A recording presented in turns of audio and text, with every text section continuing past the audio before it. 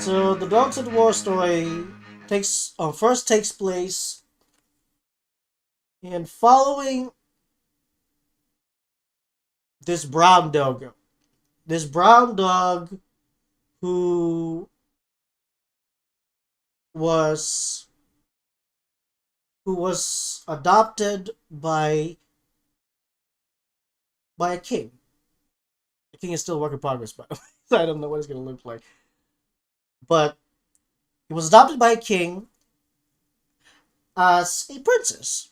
Oh wow, where is this story going? It looks like, like a very fancy story. Don't worry, we're gonna go somewhere with this. So her name is Alexandra. And she's a brown dogo, and she gets adopted by a king into his kingdom. When it was first introduced to the mother was hesitant because it's like number one, it's a dog because in this universe, dogs are actually your common folk. So at the moment, like the work in progress parents, at the moment, I imagine that they are lion and lioness. So at first, the queen was hesitant on accepting this child as their own. Not just that, a princess for all that matter. That carries a lot of like questions and answers that I'll gloss over most likely. Don't worry, I'll let actual writers figure that out. But eventually, after spending some time with the royal family, the queen accepts Alexandra as someone that she can trust. At the moment, not as her child, but someone that she can trust. Point that she starts teaching Alexandra ways of being a princess. And, one of them is talking about how, magic works. Ah, Lucifer has magic. Okay. While her adopted father teaches her how ruling a kingdom works. Not as a ruler, but as someone who will be working together with a ruler. Because as a princess, like her father was grooming her to get married to a prince one day. And Alexandra, living in the streets, and then all of a sudden being able to live in a royal family. It's a dream. It's a fairy tale come true. No way she never expected this, especially where she was from. You live in the streets.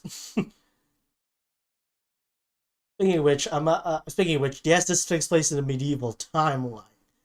So that should like at least get so yes, no worry, we live in the medieval timeline with magic and stuff. So it's your typical medieval magic fantasy stuff. And she was all for it. Eventually, she got more and more into being a princess. But then one day, the queen was pregnant.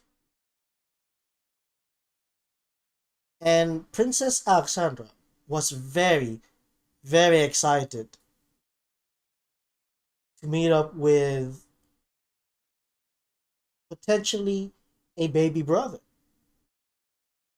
She was all for it. She can't wait to teach the little brother to become a great prince.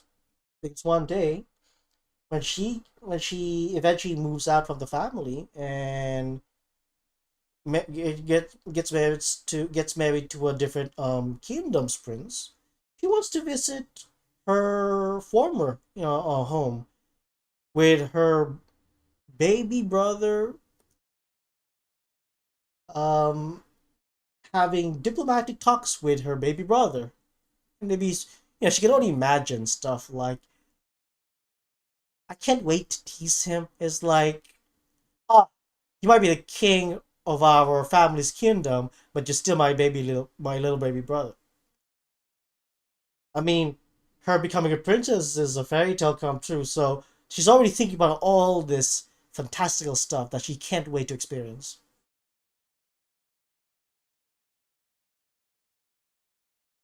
Sadly, one day, sadly, one day, that dream was buried forever.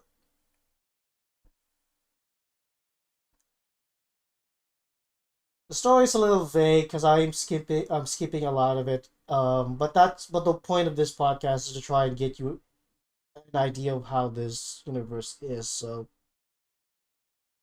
all you need to know is some people that the royal family trusted betrayed them.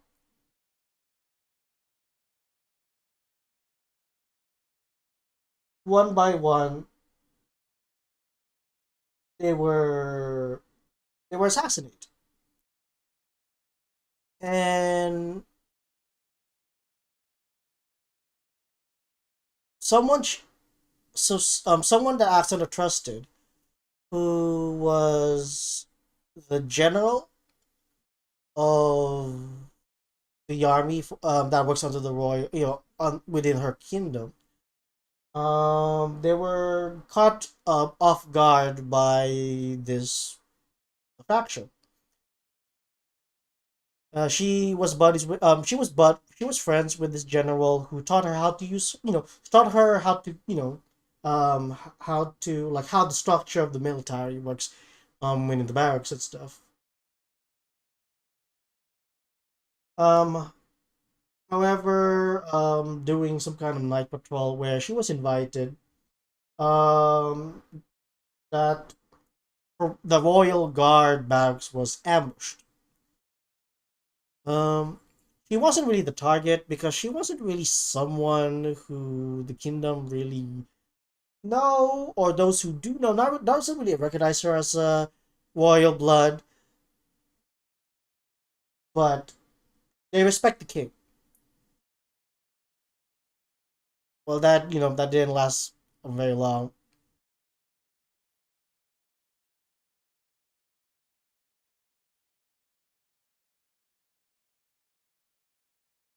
The king, the king was murdered, and the mother was murdered along with the unborn baby child. Alexandra witnesses both of her parents' deaths, and she was completely enraged, not being able to experience, not being able to live out her entire life with her adopted, now former family. After the chaos was cleared out, it was discovered that it was this charade was caused by her father's jealous cousin, who claims that he was the rightful heir.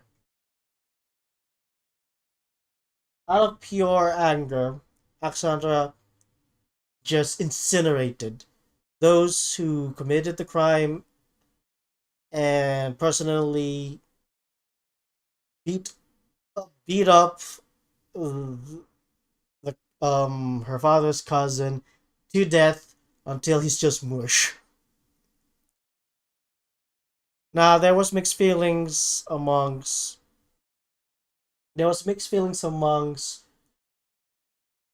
the advisors of the former king of this kingdom. The head advisor, who wasn't really uh, so at the moment there's a bunch of advisors, but let's talk about major advisors. One of them is the general, the one that befriended Aksa, showed her around the barracks and all that stuff. Meanwhile, the head advisor was someone who wasn't really fond of Alexandra. She doesn't really see her as rightful heir because number one, she's not of royal blood. However, after the chaos, this is how these two advisors reacted to realizing that Alexandra is now the sole heir to the throne. The general, her friend, tells her that she is not the legitimate heir, and he believes that because she's not a royal blood, she should instead be escorted out to the countryside and live out a life of peace, but but not within the not within the walls of her family's kingdom. Because again, not seen as a royal blood, and number two, he thinks that Alexandra is not ready to be queen. So uh, those two reasonings are even. He does care about Alexandra, but he generally doesn't believe that she can't rule the kingdom as someone who's not even royal blood. Meanwhile, the head advisor, someone who doesn't like Alexandra, completely caught Alexandra off guard when he stated that by the wishes of the king, he respects his king, and while he too agrees that Alexandra is not of royal blood, he respects his king's wishes. That Alexandra is, even though adopted from a non-royal bloodline, is to respect her title as princess, now queen. This completely changed Alexandra's perspective in life. This changed her from someone who who sees that friendship sometimes doesn't align with interests. And this and the general and the head advisor showed her that. She like personally she doesn't like the head advisor, and she understands why the general would recommend would recommend why she should not rule. But she gained newfound respect for the head advisor and completely abandoned trust in the concept of friendship. Because in terms of getting actual work done, you should not rely on just blind friendship to get stuff going. We've seen in history that a lot of those positions are given to family members or even friends as a form of bartering. But usually the people who deserves to be in those positions are just left out because um, they just didn't do any favors for those who were on the top. So Alexandra now sees the world this way. She believes in relying on those. She believes in relying on those who have experience to lead through authority versus just relying on hearsays. You should not you should not put the interests of your kingdom in just blindly trusting people who you call friends. And she needs to quickly learn this in order for her to run this kingdom, because The general and the head advisor obviously do not agree with each other, and Alexandra is stuck in the middle. So a compromise was made.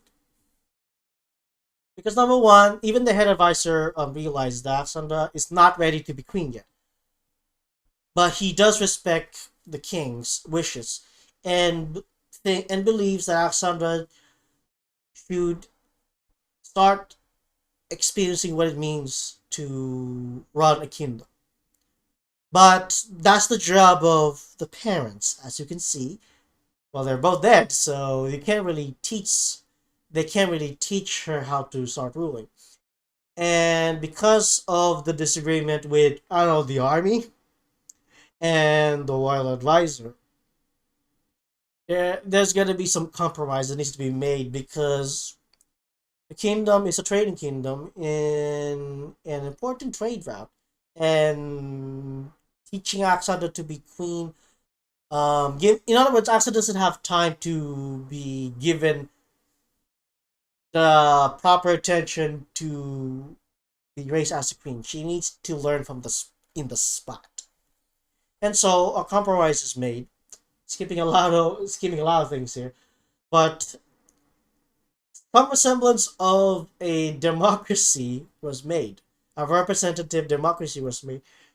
That is still a monarchy, but that's when the queen is ready, and at the moment the queen is not ready. So the structure is designed. The structure is designed with three balance of powers in mind. So we have the queen on the top. We have the console in the center. No wait, yeah, we have the console in the center. We have the Congress in the third.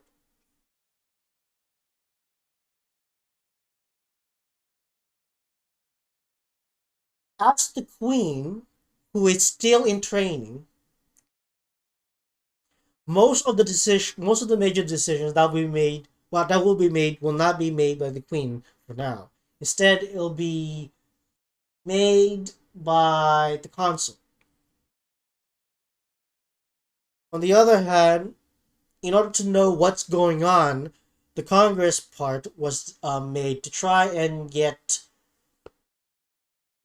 councilors, council members, into council, while Congress is also um, giving like a passing projects, suggestions of projects to try and get stuff moving.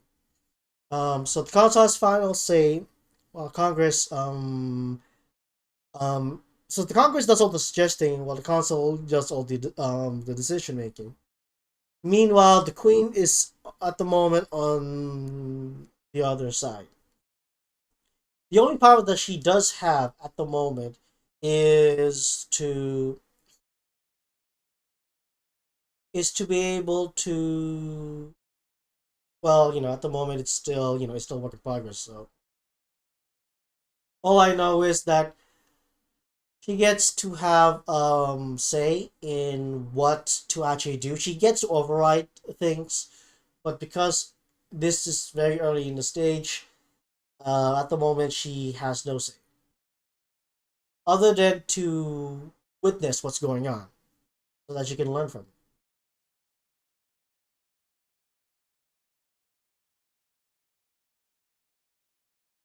So during this time, Alexandra is a very hands-on person, mainly because no one really see her rule as legitimate. So that is another reason why she doesn't have much power at the moment as head of the throne. And everyone is relying at the moment on the relationship between the Congress and the Council. So Alexandra is a very hands-on person in trying to get stuff her way, and one of them is to actually be in the field and getting shit done. And one of the first things that the kingdom really needs right now is to just get stuff running again. Because after because of the disruptions that was caused from the death of the royal family. There's a lot of disagreements, a lot of projects that's left unfinished. And the game part of this is where Alexandra needs to then go through districts, has to go talk to people, and has to make arrangements. And when stuff just doesn't go your way, Alexandra just does it herself. And one of them would be to actually go into the forest and then start chopping wood by herself. And then would start like I'm not sure if most likely no one will know this word, but for now, when I use the word death stranding, it's when you pick up resources and then you have to slowly walk your way all the way to all this terrain until you reach your destination. So for now, just keep again. It's a reference to an actual game. If you just look it up, it's a the name of the game is called Death Stranding, and you might get what it is if you just look at the gameplay. But that's what Alexandra is doing. She is Death Stranding from point A to point B, but plus ultra, I guess, in terms of having to go to the forest, chop down the wood herself, and then have to take it to point A to point B, and she needs to build the stuff that she needs to build by herself. So she does this repetitive grind over and over again to the point that the people on the ground with her start seeing how of a hard worker she is. And she slowly starts getting trust from these people. You could go as far as to going and fighting in her own battles, but at the moment, small scale battle that usually doesn't really end in death. Usually ends in someone in both parties being badly beaten up, but then having to accept defeat and then have to follow the terms um of which party who won that quarrel. And at the and in this early days, all these fights happens within the kingdom because after the king died, a good handful of district leaders does not see Alexandra as the true heir. So those who do follow Alexandra, you know, helps her out, but not fully because again, not everyone really see her rule as just, and they still rely on this, and they rather follow the consul who is being run by former advisors of the king. So they have more experience to say, and that's why they would follow them. Um, but those who do have some form of respect to Alexandra, they give her some small jobs and here and there. Again, it's a very slow. It's a grinding process for Alexandra, but this experience gives you an idea of who Alexandra is. She's a hard work. She's after Princess Alexandra because at this point she's a queen. Well, acting queen. She's a hard worker. She doesn't rely on making friends to try and get stuff going. She instead relies on the experience of others to try and get stuff going. And she is very aggressive, but I think we have to talk about the fighting style. Yeah, let's talk about the fighting style in order to give you an idea of how she gets stuff going. So while her mother was alive, her mother taught her how to use magic. And one of this magic was shield spell, barrier spell. And her mother told Alexandra that use this spell to protect others. As Alexandra worked on her spellcraft, she realized that the barrier spell can be used more than just some than primarily a defensive thing. She took something that was designed to protect others and she turned it into a weapon. By changing the shape of the barrier into now what we call, that we'll be seeing and hearing a lot, Alexandra's barrier swords, using a shield spell. I wanted there to be some kind of like trailer thing where Alexandra is like in the rain or something like that in front of her army or something, or those who are following her, because again, not everyone follows her at the moment.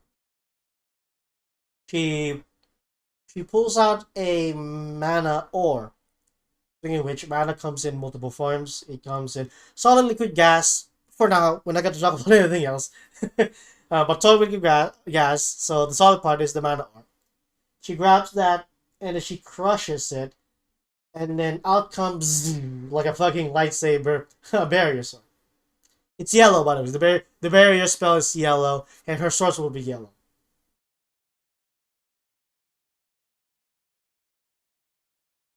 And she pretty much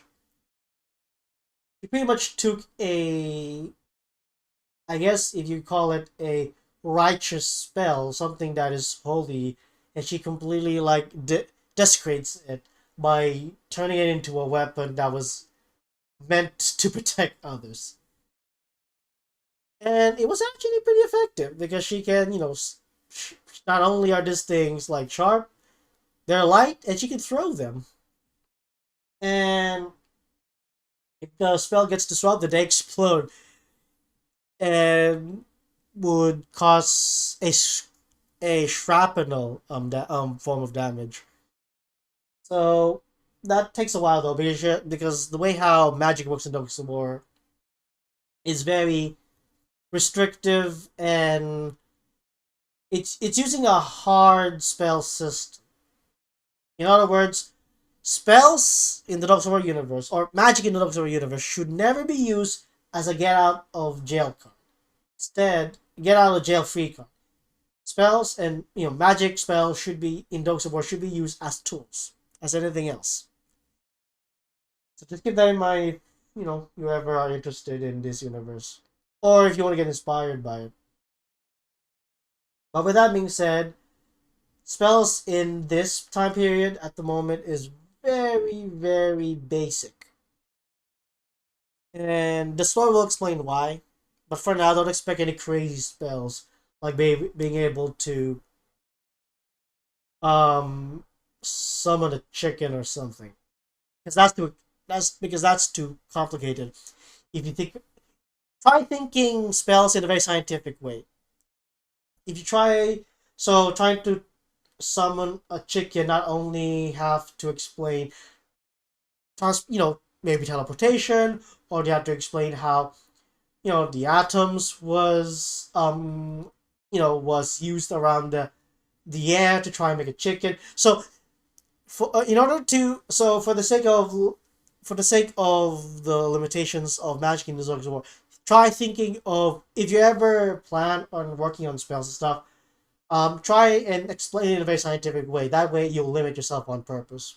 Because there'll be a lot of that in the Dokkan War power scaling method in Dokkan War. A lot of using, you know, as close to scientific as possible, because none of this is scientific. Um, but again, like but it will really challenge you to be creative with how you use your spells, because again, the more crazy the spells are, the more you have to explain it. So just keep that in mind, okay?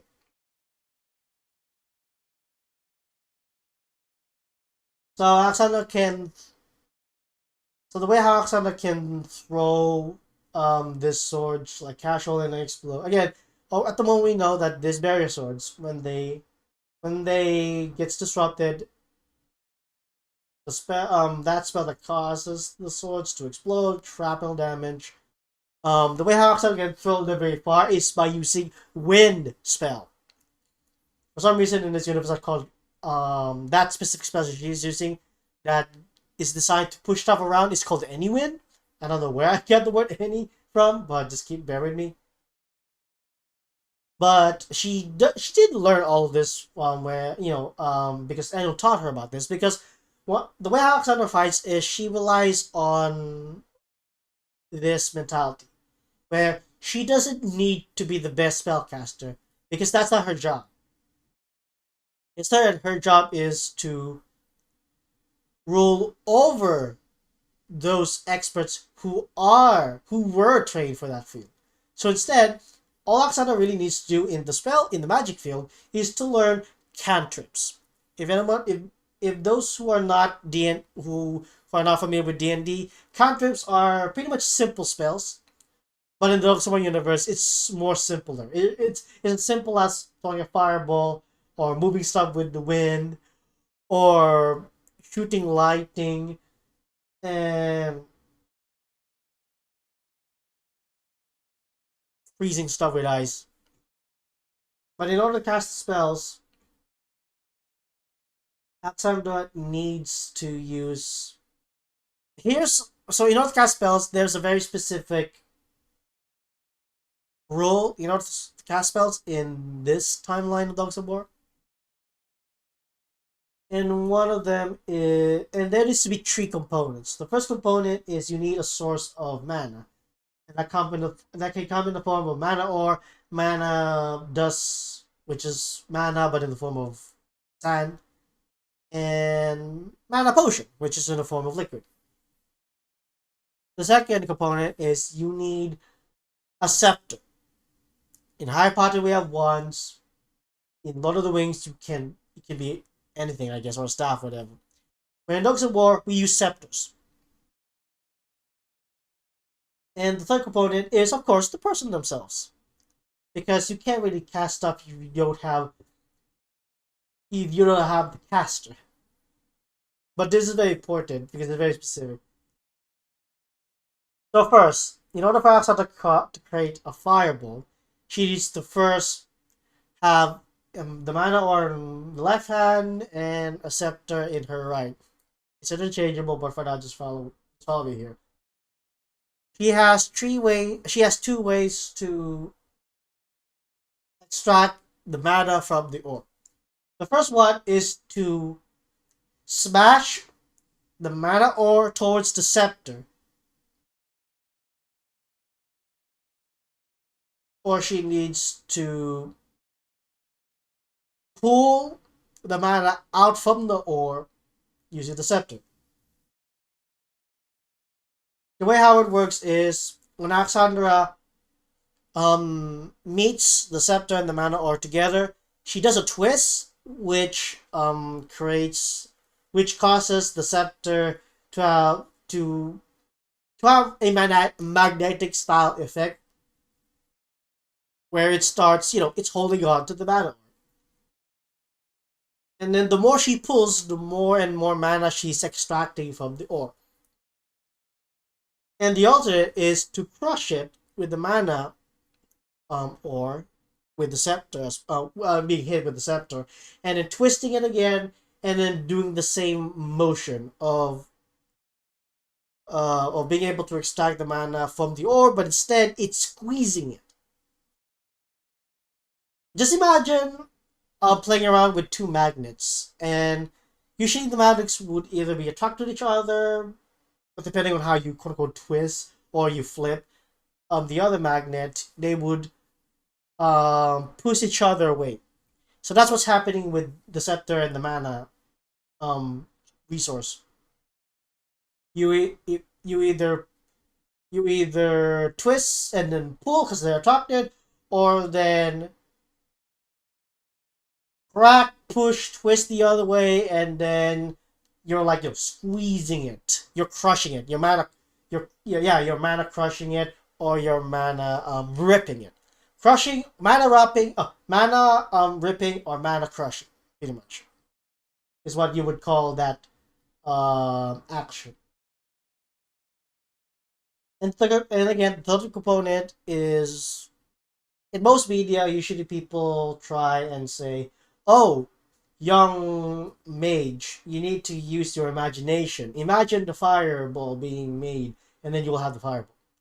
But in Dogs of War, it behaves a little differently. Again, we're following the perspective of Alexandra. There are other spellcasters who are more, who are more advanced. But for the sake of this story, we're following Alexandra's perspective, and she had to learn that in order to create a fireball, she needs to simulate it in her mind. And it's not, no, it's not as simple as imagining it because it's similar to how, does anyone know Princess Bubblegum of Adventure Time? When Bubblegum had to like figure out how to use her candy powers. She simulated how in her mind she simulated how the candy would have a chemical reaction to each other. So same goes with Alexandra here. In the Dogs of War universe, you can't just imagine a fire to then be able to cast fire. Because number one, Alexandra needs to simulate how fire is made. And one of them is for Alexandra to literally stare at fire and has to understand how it works. Of course, she doesn't have science on her side. You have to remember, this is the medieval timeline. So she doesn't fully understand how it works, but she just knows that the fire uh she just knows that the fire needs some form of combustion. And it needs some form of fuel, and it needs to be able to chemically react to stuff. Again, without the scientific word, because she's not aware of this.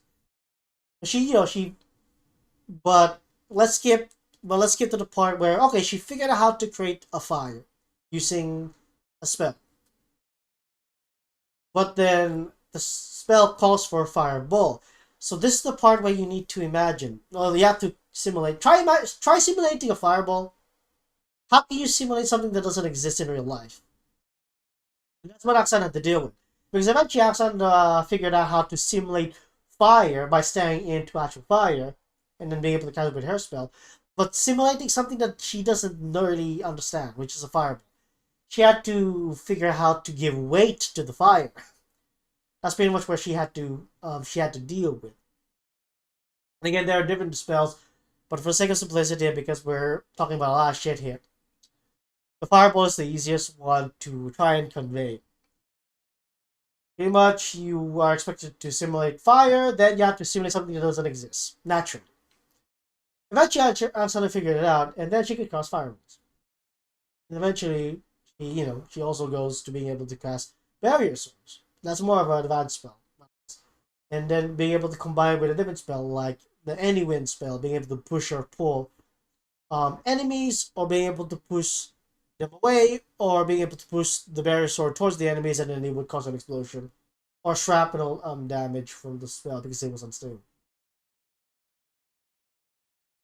So, a lot of stuff I'm skipping, but this is where we will end this podcast. Alexandra is fighting with those who are following her. There's still a lot who doesn't follow her, but she's trying her best, and she's usually able to gain a handful of people who would follow her in battle. She's fighting this another faction near just a further bit away in her kingdom, but near a cave. Actually fought a stranger approached her of unfamiliar origin. He's wearing all black clothing and some form of helmet that she's not familiar with.